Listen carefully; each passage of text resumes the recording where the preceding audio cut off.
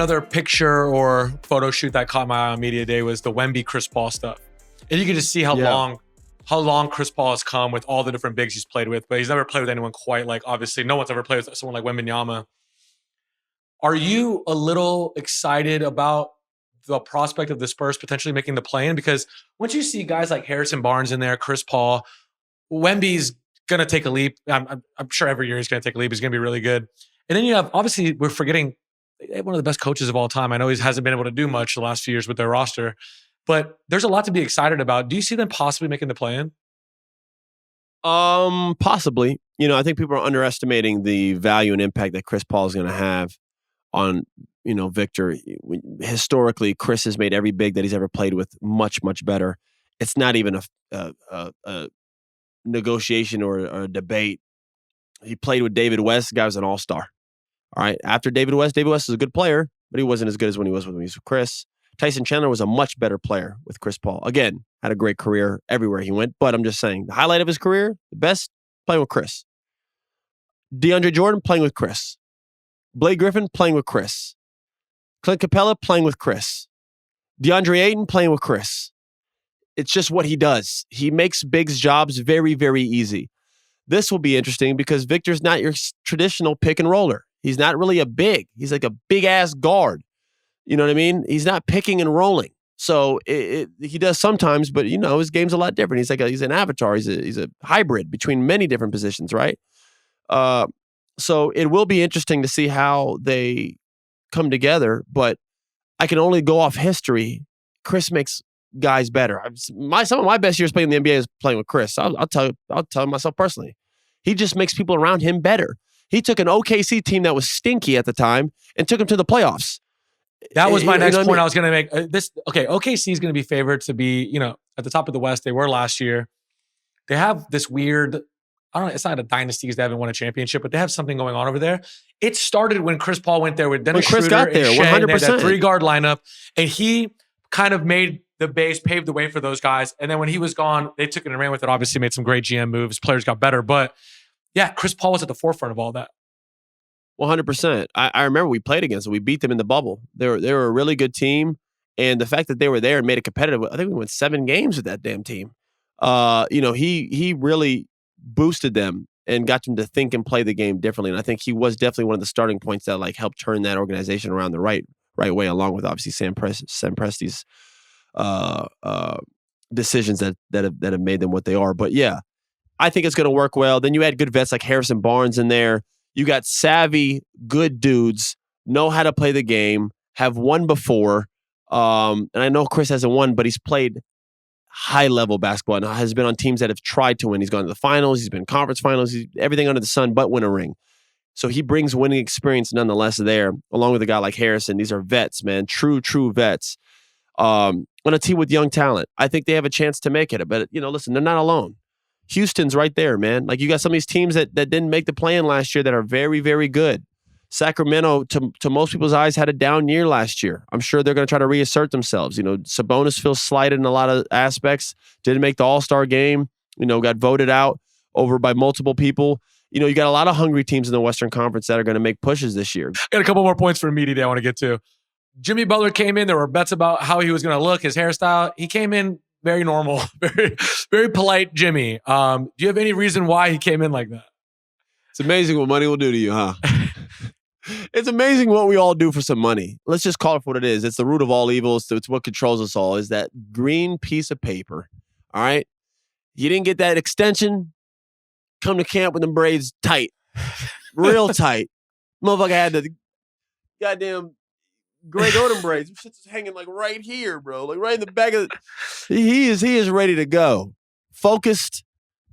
He even said it. All serious, all business. You damn right. You had a extension on the way that you thought you were getting, and you look like Blink 182. Black 182. He was Black 182. I don't know what was going on. It was Green Day, Black Day. He was walking around with the hair, the piercing, the fake piercing. And the one time he had this. Now he comes strictly business after coincidentally not getting the extension. And in Miami, rumors that they might move in a different direction.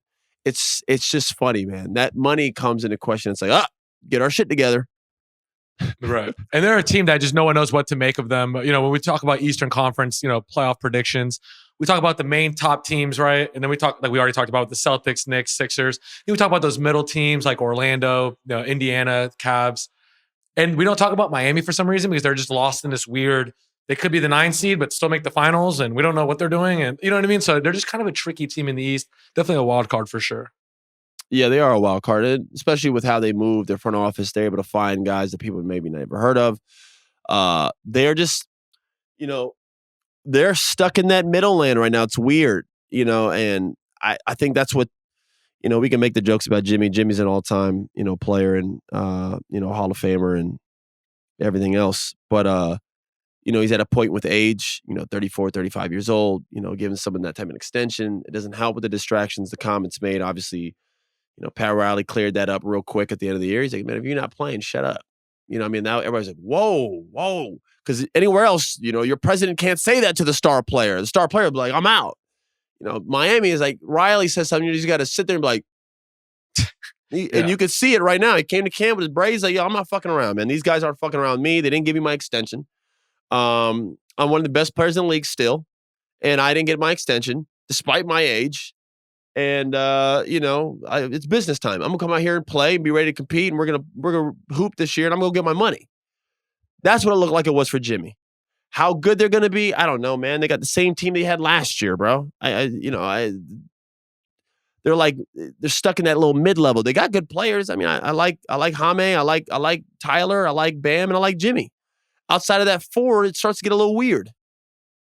I like Terry Rozier as well. Terry Rozier can ball. So you got about 5 like really valid pros. I'm sure I'm missing a couple. Duncan Robinson. Duncan Robinson definitely had a Duncan rejuvenation Robinson year last year. Yeah, he did. He had a big year last year after the playoffs before where he kind of turned it up a little bit. But that you know, they got a good team. We'll see. The East is tough. You know, you want Miami to be competitive. Boston's run last year was like underwhelming. It's like I've never seen a team that had guys in there that are not really, you know, problematic. You know what I mean? And people still hated them. People didn't want Boston win because they were doing it too easily. Everybody's like, they don't have to play anybody. This sucks. This ring doesn't count. Because they had no drama with other teams, people just had to make the drama within their own team. Yeah, they had to create it. Because Jaylen Brown is better than Tatum. They don't like each other. No, they're actually good friends and they coexist fine. And they both make $300 million and they're winning rings and everything's good. Like, there's no problems. Al Horford's running in. Drew Holiday's a great guy. Derek White doesn't look like he's ever gotten in a fight with anybody in his life. Like, they have like the nicest people over there and they just beating everybody's ass and like people are tired Derek of it. White, we can take this out. Derek White just got into a fight though at a Colorado football game. He saw someone knock his hat He didn't off. get in a fight. He tried to break it up. Okay. His friend was getting into it with somebody, and apparently he was trying to help his friend out and got pushed back. It's not like Derek was actually trying to fight anybody. That story makes a lot of sense. Actually, that makes a lot more sense. It even makes him more. He's a hero. This guy's perfect. I don't even know what he's doing. He's out there saving lives and you know what I mean, winning gold medals for America and just doing everything right. Yeah. So we want Miami to be in the mix. We loved when they gave them problems. We need Milwaukee to come back. I got Philly. We got New York. We got Boston. We need Miami. We need Milwaukee. Let's get a little gauntlet for sure.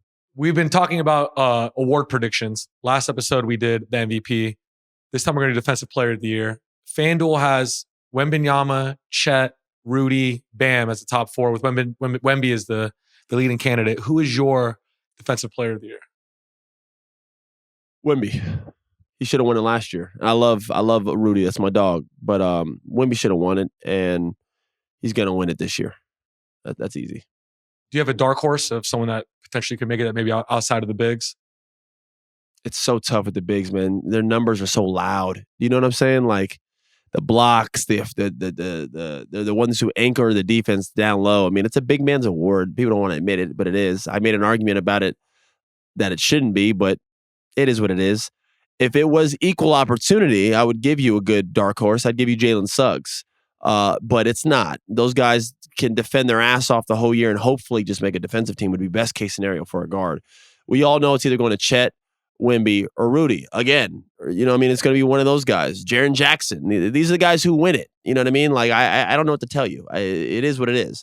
Wemby should probably get it, but, you know, dark horse for me, I'll throw Jalen Suggs in there. I think Jalen Suggs is the best perimeter defender in the NBA.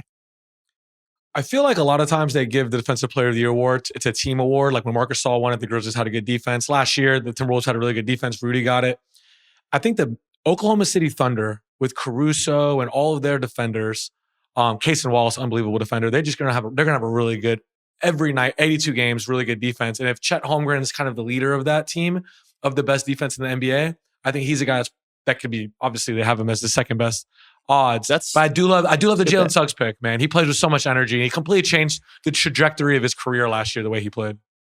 He did, especially with the shooting. We all knew he was like a football guy, was really good at both growing up.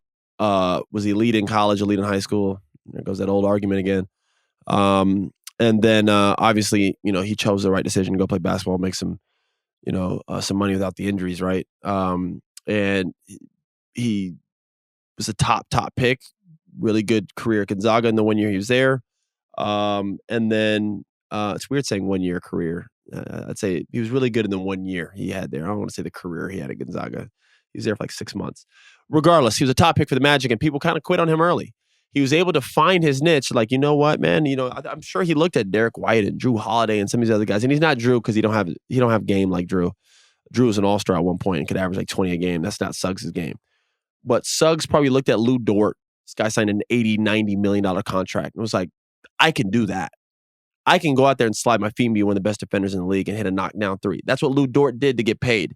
He went from a guy who we left open. We played the OKC. I hope they run film while I'm saying this.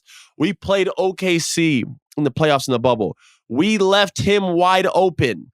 We did not guard Lou Dort. In fact, we'd just be I remember being in the huddle. James was like, bro, let him shoot. He stinks. He cannot shoot. We just let him open. Sometimes he'd hit. Most of the times he'd miss. He was a liability on the court. You know what Lou Dort did that summer? That dude must have shot 1 billion threes because the following year, if you let him open, he was cashing that shit out. And I'm not saying he's Klay Thompson, Reggie Miller, but what he is now is a guy you can't leave open. He's a respectable, accountable shooter, a guy that can space a floor and make a three and spread the floor for your key player. A Shea Alexander, for example. He drives. You can't just openly just leave Dort and leave him open. This guy's shooting, and he's shooting 2-3 feet behind the line sometimes now. That's what Suggs started to do last year. Knocked down that three, got close to 40 on the year, and he's out here getting rebounds and blocks and doing all the other stuff because he's a freak athlete. Now you're talking about $100 million plus player. So, shout out to Suggs, man. I'm really happy to see their growth. I'm really happy to see Paolo's growth, man. This dude's a stud, and he consistently gets looked over, maybe due to the market he's in, amongst other things. But Magic are definitely a team people have to look out for. The more I say it now, the East is very exciting this year, or what it could be. We hadn't even talked about Cleveland, Indiana, New York, Philly, Miami, Boston. This is a very highly competitive conference.